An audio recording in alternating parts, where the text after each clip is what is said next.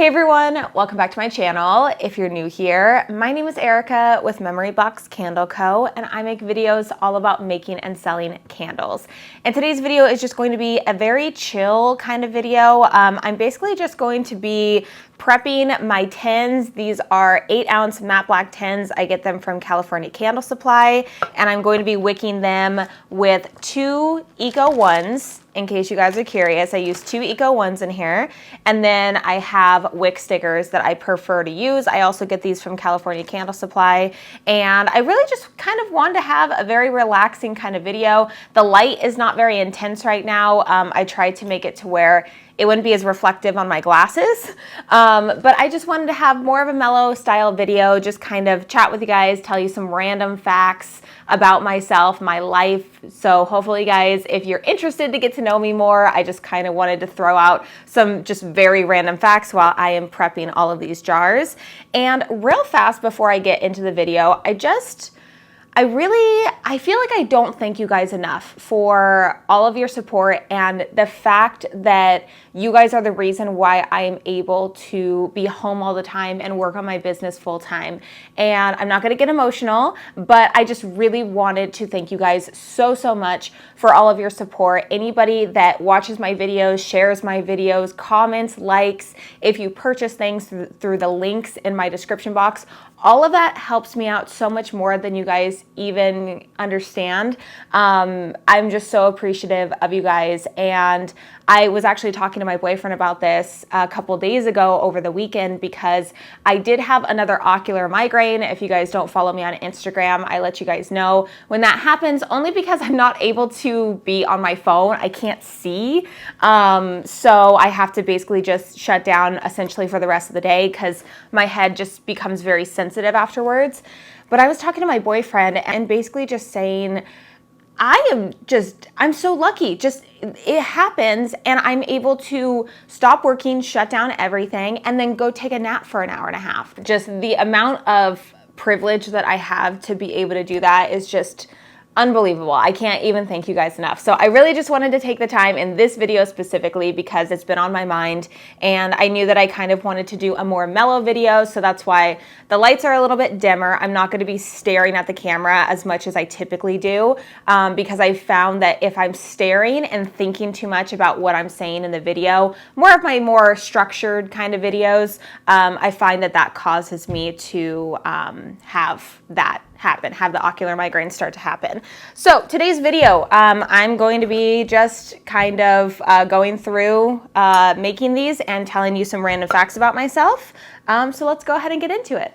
Okay, so random fact number 1 is I actually have a fake tooth. So it's my top left tooth, my front teeth, and I chipped it when I was 10 years old when I was riding my bike. I fell while I was trying to turn on a speed bump, and instead of breaking the fall with my hands, I broke it with my face. So I face first on the concrete and I chipped my tooth. And when I had gotten it fixed, the dentist at that time had only just filled in the little gap where it was actually chipped. And what had happened was 8 years later, when I was 18, I was packing up to move down to where I am living today because I'm actually originally from Thousand Oaks, California.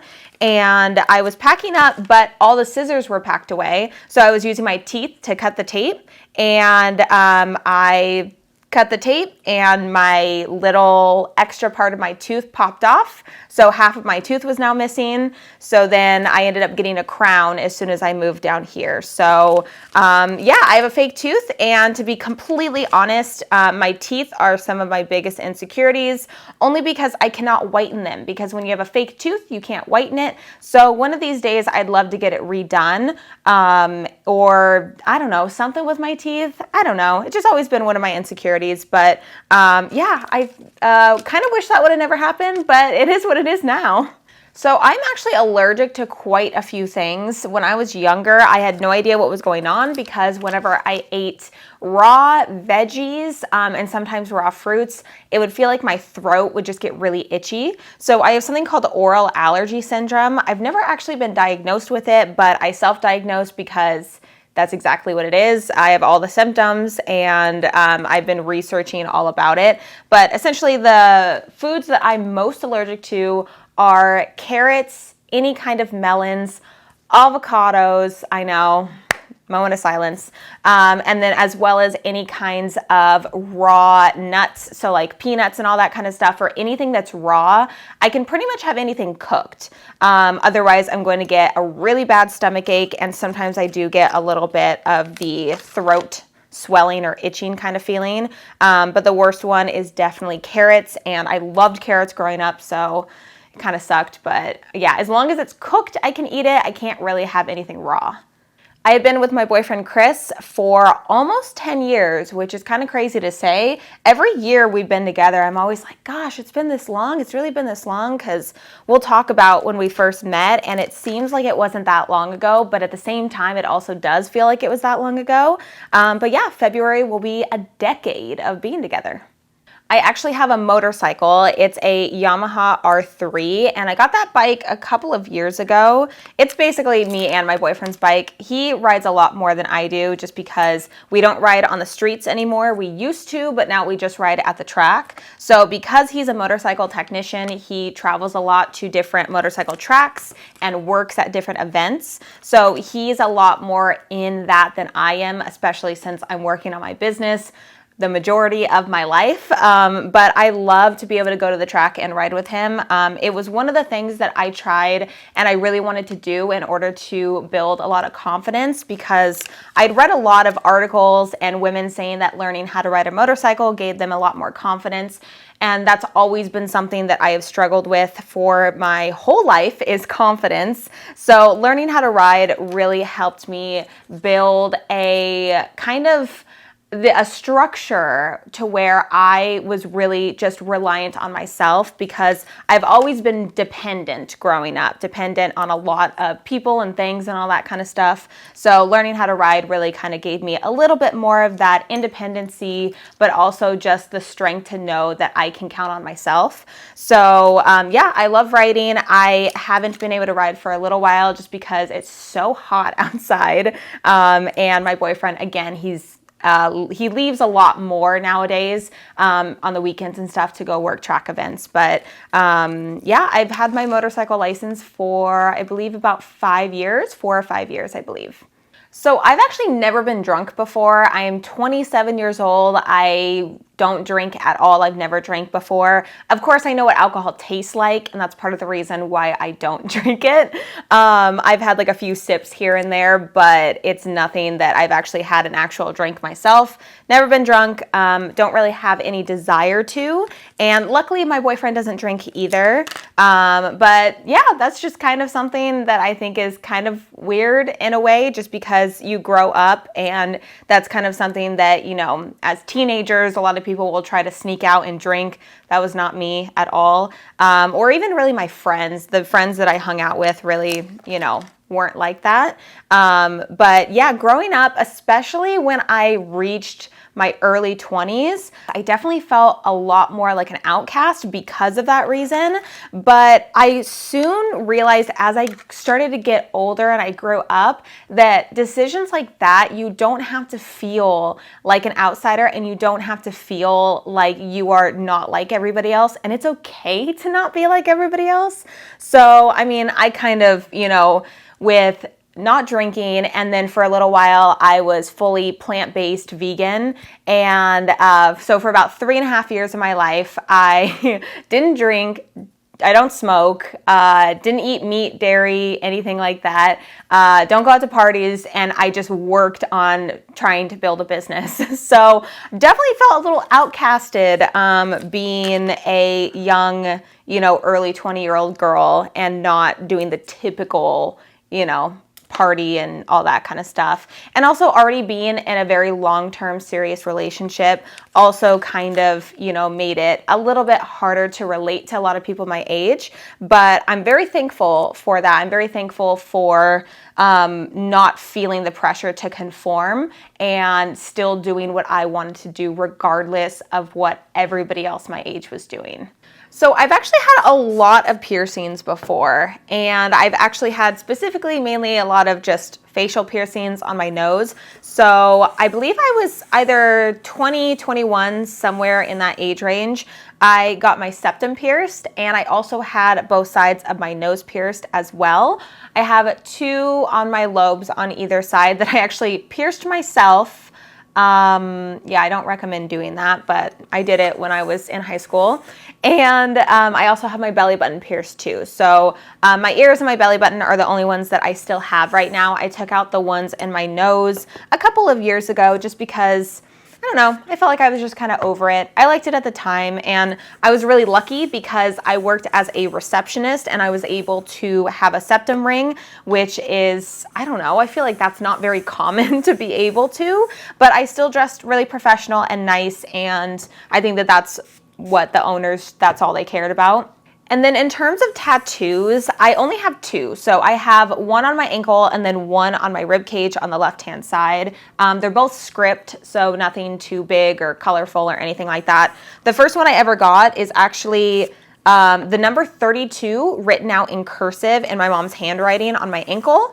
And 32, it's just a number that is just my absolute favorite number. It's me and my mom's favorite number. I've always been a numbers kind of person, and that was what I wanted for my first tattoo. So I got that. And then I also have my friend's signature on my rib cage right here. She passed away from cancer, and she was one of my best friends growing up in middle school and high school. So I wanted to basically just, always have her there. And beyond that, I don't think that I really want to get anything else, just because I know how much I've changed, and I know the things that I used to want for tattoos. Like, I wanted to be completely covered. I don't know why. That's just not me. And I really love it on other people. But for me, I just look back and I think that during that time, there was a time where I really wanted to be somebody that I wasn't, only because I admired people that I wasn't. That's going to be so hard to explain. But essentially, I was just going through phases just like anybody else, but I just really kind of wanted to be somebody that I wasn't. And I'm really glad that I waited, and I didn't have the money to spend on all these tattoos. And now I know that these are the only ones that I want, and I'm totally fine with that. So I've actually had a couple of people ask me this, surprisingly, because a lot of people are really into zodiac signs or the Myers-Briggs personality test. And so if you guys are curious as to what I am, so I am a Pisces, and I'm also an INFJ for the Myers-Briggs personality test. I'm an empath. I'm a highly sensitive person, so a lot of things really, really get to me, which I know I've explained before on how YouTube has been something that has helped me so much to learn to take criticism and not just completely fall apart whenever somebody doesn't like me, because I'm a people pleaser, and that has been really, really difficult being on YouTube because not everybody is going to like you. And I have grown so much as a person. Just, there's so many times where I'll get a comment, and if I can tell somebody doesn't like me or they don't like my video, and I'm like, okay, you can go find somebody else. It's fine, And before, in the very beginning, I would want to completely delete the entire video. And I've just learned, and I've grown so much with being on YouTube, and I'm super grateful, because being really emotional your entire life is exhausting. I have been emotional my entire life, and it's honestly exhausting. So to really try to grow up from that and not be so sensitive to everything, and really kind of put yourself out there so you can learn or do your best to try to cope when you feel like you're being attacked or you're feeling things too deeply, to really try to be a little bit more self-aware of it. And I'm trying to handle it much better than I did when I was growing up. So on the contrast of that, random fact, I've actually seen all 7 Saw movies. Yeah, that was a phase I went through when I was in middle school and high school, and it was just the friends that I was around. A lot of them really liked scary movies. And funny enough, I hate scary movies. I can't watch them. I can't watch anything disturbing. I can't watch it messes with me so badly. So the fact that I have seen all of those movies, I was a completely different person. I don't know who that was, but it wasn't me, because I would never, ever, ever watch those movies now. No, thank you. Nope. So I actually really love weightlifting. Now, I have weightlifted on and off for a couple of years, but consistently, I have really been going to an actual gym for the past couple of months, and I love it. It's such a good outlet and release for running a business and being so tense all the time and stressed out about what you need to do, and being able to get your energy out in that way is just amazing, and I absolutely love it. And prior to that, when I was between the ages of around 19 to 22-ish, I was really into yoga, and I would go to yoga classes all the time, and that was my outlet. And I really love yoga still, but I've kind of gone more into weightlifting, but I like to do both of them as well, just kind of a way, again, to just get out all of, not aggression, but you guys know what I mean. When you're working all the time, you have a lot going on, you're running a business, whatever it is, there's a lot on your mind, and being able to just focus on what you're doing in the moment that's not your typical work day is just, it's amazing. I've had a lot of different hair colors growing up. When I was 16 years old, I decided to dye my hair box dye jet black.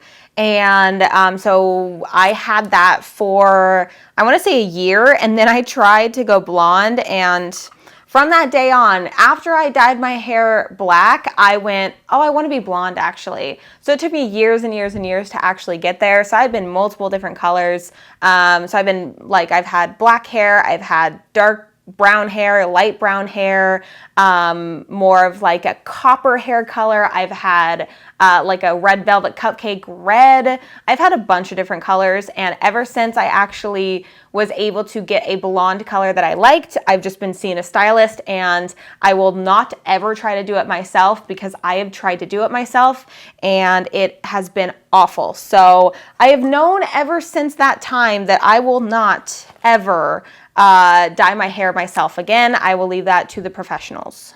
So this one's kind of a weird one, and my opinion has changed a lot on this topic, but I used to really dislike TV, and I still dislike it, but I actually have been enjoying it a lot more.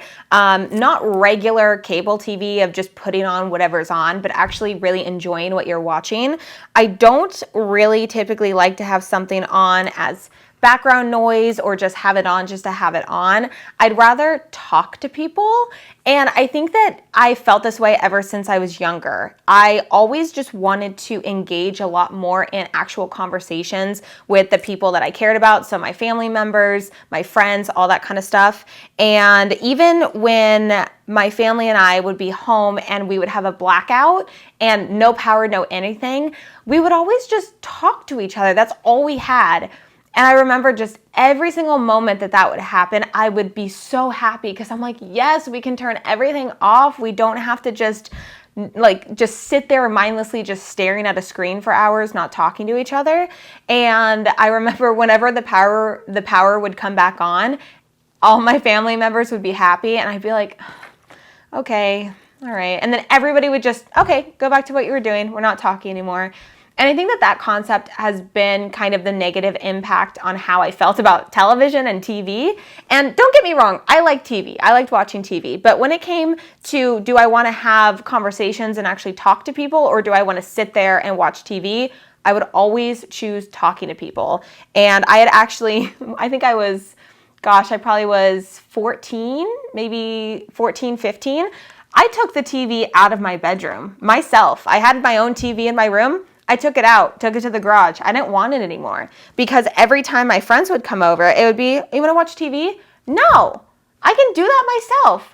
If I want to watch TV, I can do that myself. We're here, you're here with me. Let's do something else. Let's go outside. Let's go somewhere. Let's do something. Let's not just sit here and watch TV, because we're just going to sit here and do what we were going to do when we're not with each other, why don't we just do something else? I don't know. I guess I still am passionate about that. But and nowadays I feel a little bit differently about it, but I still would choose most things over just sitting there and watching TV. So even though I am quite the introvert, and by introvert I mean I very much get energy from being alone. I like being by myself. I like doing a lot of solo things like reading and working on my business. And, you know, even when I'm just driving in the car by myself and getting to listen to whatever music I want to listen to, I really enjoy just being by myself. And I think there is a lot of power with that, and not just having to rely on other people for entertainment or enjoyment of what you're doing in the current situation. However, even though I'm an introvert, I actually really have always been infatuated and have liked the concept of public speaking. I like speaking, and I think that being able to have this channel kind of is that outlet for me. But I've always thought to myself, you know, maybe one day I could be a motivational speaker or give a speech of some kind. And when I believe I was a sophomore or a junior. You know what? I was a junior because my hair was black. I was a junior in high school, and my junior English teacher was actually the academic decathlon, one of the coaches or teachers of that part of the school. And he wanted me to audition to be on the academic decathlon, or we called it Acadeca. And trust me, I was not anything special in terms of grades. A lot of the kids in that class were just very smart and on a higher level of just their grades and their smarts and all that kind of stuff. But because I had given a speech in class and I did really well on it, he thought that I would be good for the team. So I auditioned and I actually got on the team for my speech. And that was about all I could do because I actually had to go to multiple events and take all these tests and all these different subjects. And I'm sitting here thinking like, oh man, I don't know. Did I really sign up for this? Like, this is not something that I think that I can do. So I did have to work quite hard on it. We had, I think, work to do over the summer because you had to audition for the next year. So yeah, I went and I did a lot of different competitions. There was a competition we had to do, and I didn't do too well with anything else except for the English portion and the speech portion. So I won 2 silver medals for each of those categories. So that was pretty cool. All right, so I already feel like this video is probably gonna be too long, and I don't know how many of you have stuck around until this point, but I appreciate you. But the last random fact about myself is the fact that I actually don't have a strong desire to travel. It's not that I don't wanna travel or I will never travel. I'm not constantly thinking about that. I'm not thinking I need to go here or I wanna see this place or before I die, I need to see this place. I don't have that at all. Mine is more of, I want to be a homeowner. I want to purchase a house. I want to be a mom. I want to start a family. I want all of those things. And maybe later on in the future, I'll be able to focus more on traveling and seeing different places. But my boyfriend and I, we've never taken a vacation together. We've been together almost a decade, never taken a vacation. And this weekend, we're actually going out of town for one of his races at a track. And that to me is exciting because I get to get out of the house, I get to see something different.